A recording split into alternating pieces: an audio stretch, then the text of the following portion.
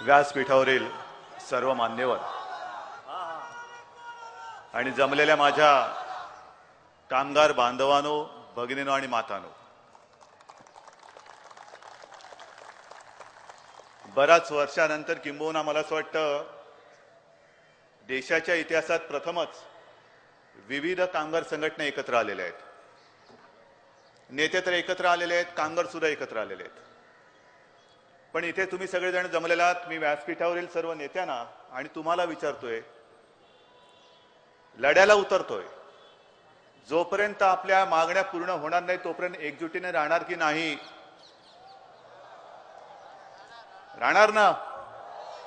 सगळेच राहणार. कारण नाहीतर काय होतंय, चुली बऱ्याच झालेल्या आहेत. घरातली चूल बंद आहे, पण युनियनच्या चुली बऱ्याच झालेल्या आहेत.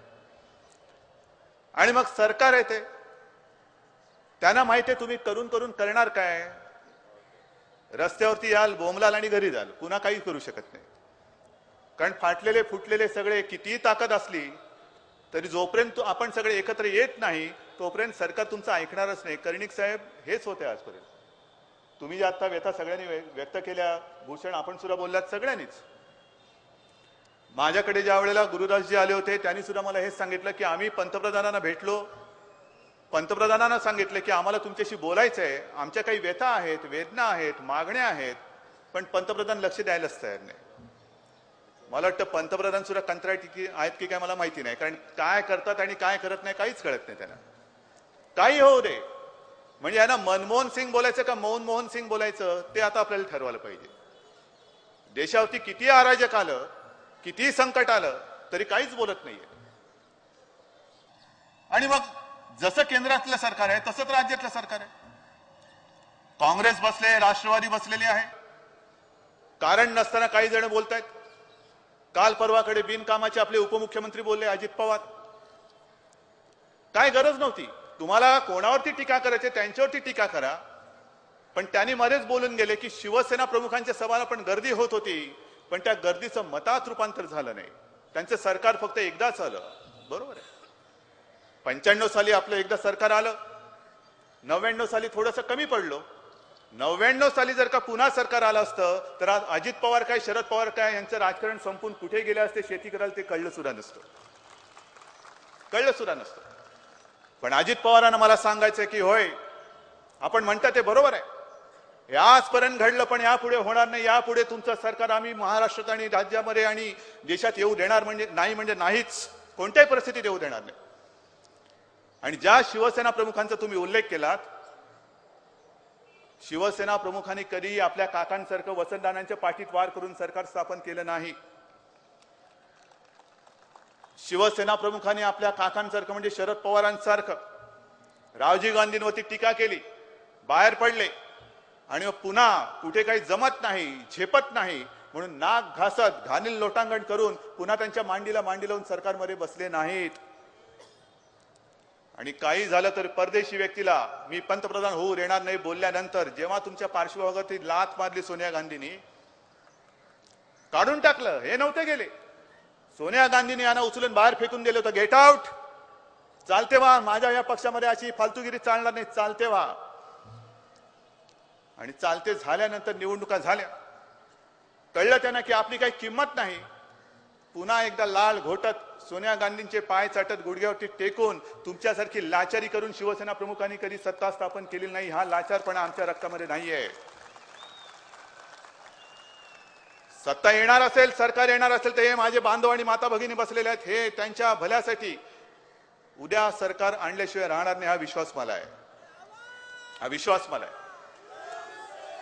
आणि मग ज्या वेळेला ही वेळ आली, गुरुराजी माझ्याकडे आले आणि त्यांनी मला सांगितलं की 2 दिवस आम्ही औद्योगिक संप करतोय, देशभर संप करतोय, तुम्ही आमच्या सोबत पाहिजे. म्हटलं जरूर येणार. आणि म्हणून मी सूर्यकांत महाडिक होते, त्यांना सांगितले की आपल्या शिवसेनेच्या कामगार संघटना जेवढ्या आहेत तेवढ्या या लढ्यामध्ये सामील झाल्याच पाहिजे. कारण हा कामगारांच्या संसाराचा प्रश्न. मागण्या खूप आहेत. किती मागण्या आहेत. पण जर मागण्या तुम्हाला आणि आम्हाला कळतात तर पंतप्रधान आणि मुख्यमंत्र्यांना या कळत नाही असं तुम्हाला वाटतं?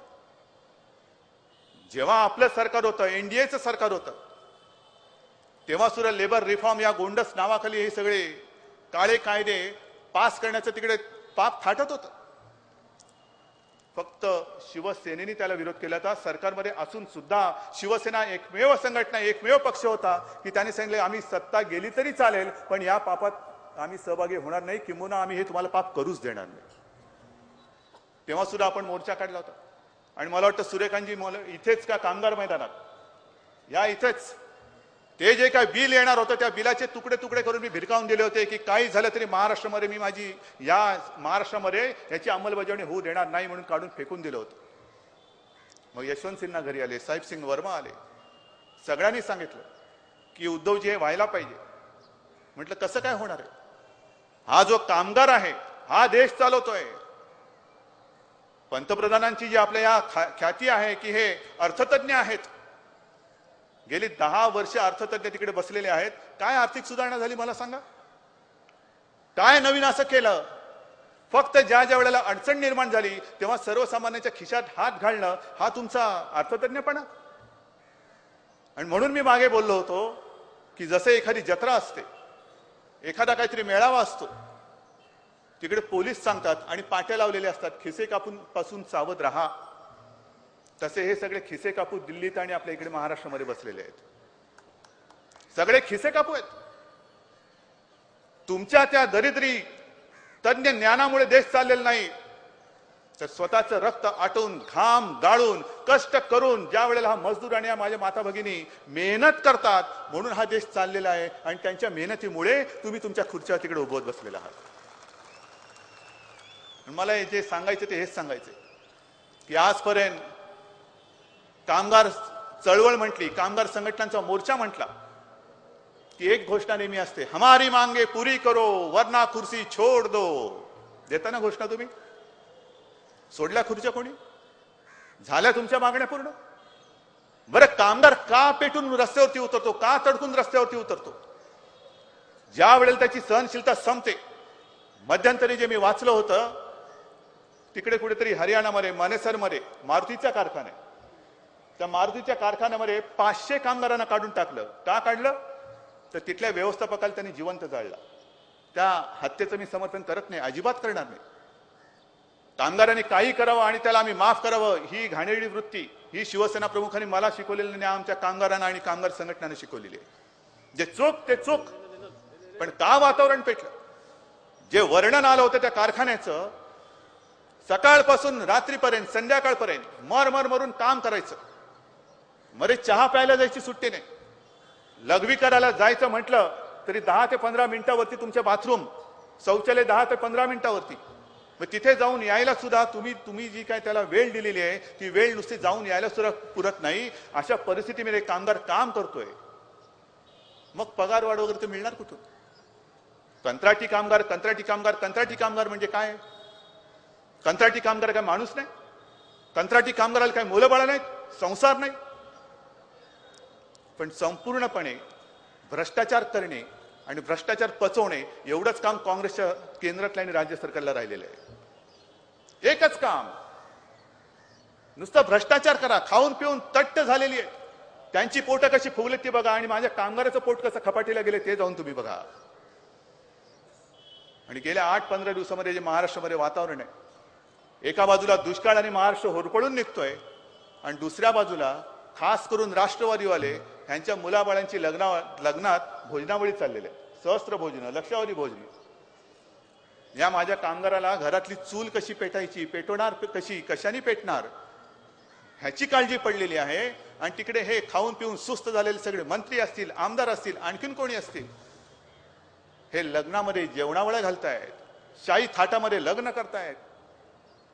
आणि शरद पवार फक्त बोलून मोकळे झाले की काय त्यांची लग्न, ते लग्न बघितल्यानंतर मला रात्री झोप आली नाही. मग इतके वर्ष तुम्ही झोपलात ना? हे पोचलं कोणी? हा भ्रष्टाचार तुम्ही पोचलात. हे मंत्री तुमच्या राज्यामध्ये तुमच्या झोपेमुळे माजलेले आहेत म्हणून ते एवढा सगळा खर्च करू शकतात. एवढे पैसे त्यांनी ओरबाडून घेतलेले आहेत, जे ह्यांना मिळायला पाहिजे होते ते मंत्र्यांनी त्यांच्या तुंबड्या भरून मोकळे झालेले आहेत. कसे पडणार बाहेर? हा आजची जी काय सभा आहे, 2 दिवस आपण बंद करतोय, औद्योगिक संप करतोय. फक्त मी एक विनंती आपल्या सगळ्यांना करतो की कृपा करून 12वीच्या विद्यार्थ्यांच्या परीक्षेला कुठे अडथळे येऊ देऊ नका, तेवढी माझी हात जोडून विनंती आहे. कारण या कामगारांची सुद्धा मुलं, अनेक जणांची मुलं 12वीच्या परीक्षेला बसलेली आहेत. एक तर सगळीकडे बट्ट्याबोळ झालेला आहे, शिक्षण खात्याचा बोळ त्याच्यावरनं बोळात फिरवलेला आहे. टाइम टेबल कधी एकदा अभ्यासक्रम असला तर शिक्षक नसतो, शिक्षक असला तर वर्ग नसतो, वर्ग असला तर वेळापत्रक नसतं, आणि सगळं काही असलं तर परीक्षेचीच वेळ नसते. आता हे सगळं जमून येते. मी तर म्हणेन, सरकारला जरी समज नसली तरी आपण समजदार आहोत. जवळपास 30 ते 35 लाख विद्यार्थी उद्याच्या 12वीच्या परीक्षेला बसतायत. सरकारमध्ये जर का थोडी जरी संवेदनशीलता असेल तर एक तर त्यांनी परीक्षा पुढे न्यावी, नाहीतर उद्याच्या उद्या सगळ्या मागण्या मान्य कराव्यात, सगळ्या मागण्या मान्य कराव्यात.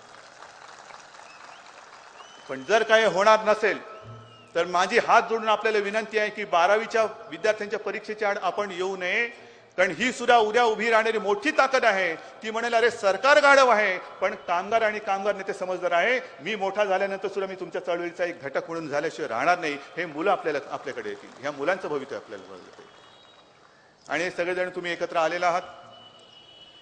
एकजुटीचं महत्व काय असतं इतिहासात जर का आपण डोकावून पाहिलं तर पानिपतची लढाई आपल्याला सगळ्यांना माहिती आहे. 1.5 लाख बांगड्या फुटल्या. पानिपतचं युद्ध मराठी हरले. कसे हरले, का हरले? कारण म्हणजे मराठी इथले होते, स्थानिक, आणि जो जिंकला तो अब्दाली पलीकडनं आला होता. त्याला इथल्या दऱ्या खोऱ्या, वातावरण, पाऊस कसली काही माहिती नव्हती. पण असं म्हणतात की ज्या वेळेला युद्धाला तोंड लागणार होतं तेव्हा हाच अब्दाली एका उंच टेकडीवरनं अथांग पसरलेल्या मराठ्यांच्या समुद्रासारख्या सैन्याकडे बघत होता. अथांग समुद्रासह पसरला होता. कुठे मुंगी शिराला सुद्धा जागा नव्हती, असं सगळे सैन्य पसरलं होतं. आणि अब्दालीच्या बाजूला जे खबरे होते, जाऊन त्यांनी मराठ्यांच्या खबरी आणल्या होत्या. आणि त्या सगळ्यांची माहिती एकच होती की उद्याचं युद्ध कठीण आहे. मराठ्यांकडे मनुष्यबळ तुफान आहे, दारुगोळा आहे, तोफा आहेत, सगळी शस्त्र आहेत, आणि मुख्य म्हणजे त्यांना वातावरणाची माहिती आहे, इथल्या दऱ्याखोऱ्या माहिती आहेत, गल्लीबोळं माहिती आहेत, आणि आपण नौखे आहोत. असं युद्ध आपल्याला जमणार नाही. उद्याचं युद्ध आपण हरलो, सगळेजण सांगत होते. अब्दाली फक्त शांतपणाने ऐकत होता. आणि असंच सूर्यास्ताची वेळ होती, दिवे लागणीची वेळ होती, 3 सांजा झाल्या होत्या. बघता बघता अब्दालीने एकाला सांगितलं, बोलणाऱ्याला थांबवलं, त्याला थांब म्हणे जरा. आणि त्यांनी सांगितलं की अथांग पसरलेला समुद्र मलाही दिसतोय, पण मला एक सांग की ह्या समुद्रातनं मध्ये मध्ये ज्या धुराच्या रेषा येत आहेत ह्या काय आहेत, हे काय?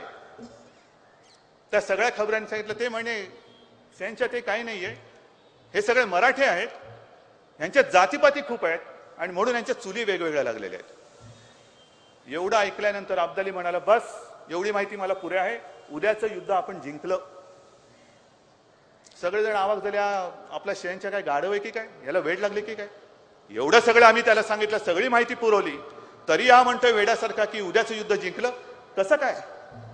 आणि त्या अब्दालीने एकच सांगितलं की एक लक्षात घ्या, जे जेवायला एकत्र येत नाहीत ते मरायला एकत्र येऊ शकत नाहीत, लढायला एकत्र येऊ शकत नाहीत. आणि म्हणून आज मी तुम्ही सगळेजण एकत्र आलेला आहात. तुम्हाला मी विनंती करतोय की ह्या काळातला अब्दाली आपल्या दिल्लीतून बघतोय. अथांग पसरलेल्या कामगारांचा समुद्र आहे. केवळ मुंबईतच नव्हे तर देशभर उद्या हे आंदोलन होणार आहे. पण मी जे आज इकडे आलेलो, या व्यासपीठावरती आलेलो आहे, ते एवढ्यासाठी आलेलो आहे की आता आपल्या या युनियनच्या वेगवेगळ्या झालेल्या चुली बंद करा, चुली बंद करा, आणि एकच होळी अशी पेटवा की केंद्रातलं सरकार त्याच्यामध्ये जळून भस्म झालं पाहिजे. ती होळी आपल्याला पेटवावीच लागेल, पेटवावीच लागेल. आणि म्हणून उद्यापासून जे सुरू होतंय त्या लढ्यामध्ये, उद्यापासून लढा सुरू होतोय, उद्या लढा संपत नाहीये. ज्या ज्या वेळेला तुम्ही मला हाक माराल त्या वेळेला मी संपूर्ण ताकदीनिशी तुमच्या सोबत, किंबहुना एक पाऊल तुमच्या पुढे असल्याशिवाय राहणार नाही, एवढं एकच वचन मी तुम्हाला देतो. आणि आता ही आंदोलनं, हे मोर्चे, ह्या सभा, हे एवढ्या पुरतं मर्यादित न राहता ज्या ज्या वेळेला आपल्याला मतदानाची वेळ येईल त्या वेळेला काँग्रेसला याच भूमीमध्ये गाडून त्यांच्या उरावरती आपला कामगार एकजुटीचा झेंडा तुम्हाला फडकवावाच लागेल. आणि तो फडकवल्याशिवाय स्वस्थ बसू नका, एवढा एकच विश्वास आणि विनंती आपल्याला व्यक्त करून तूर्त मी आपली रजा घेतो. जय हिंद, जय महाराष्ट्र. धन्यवाद.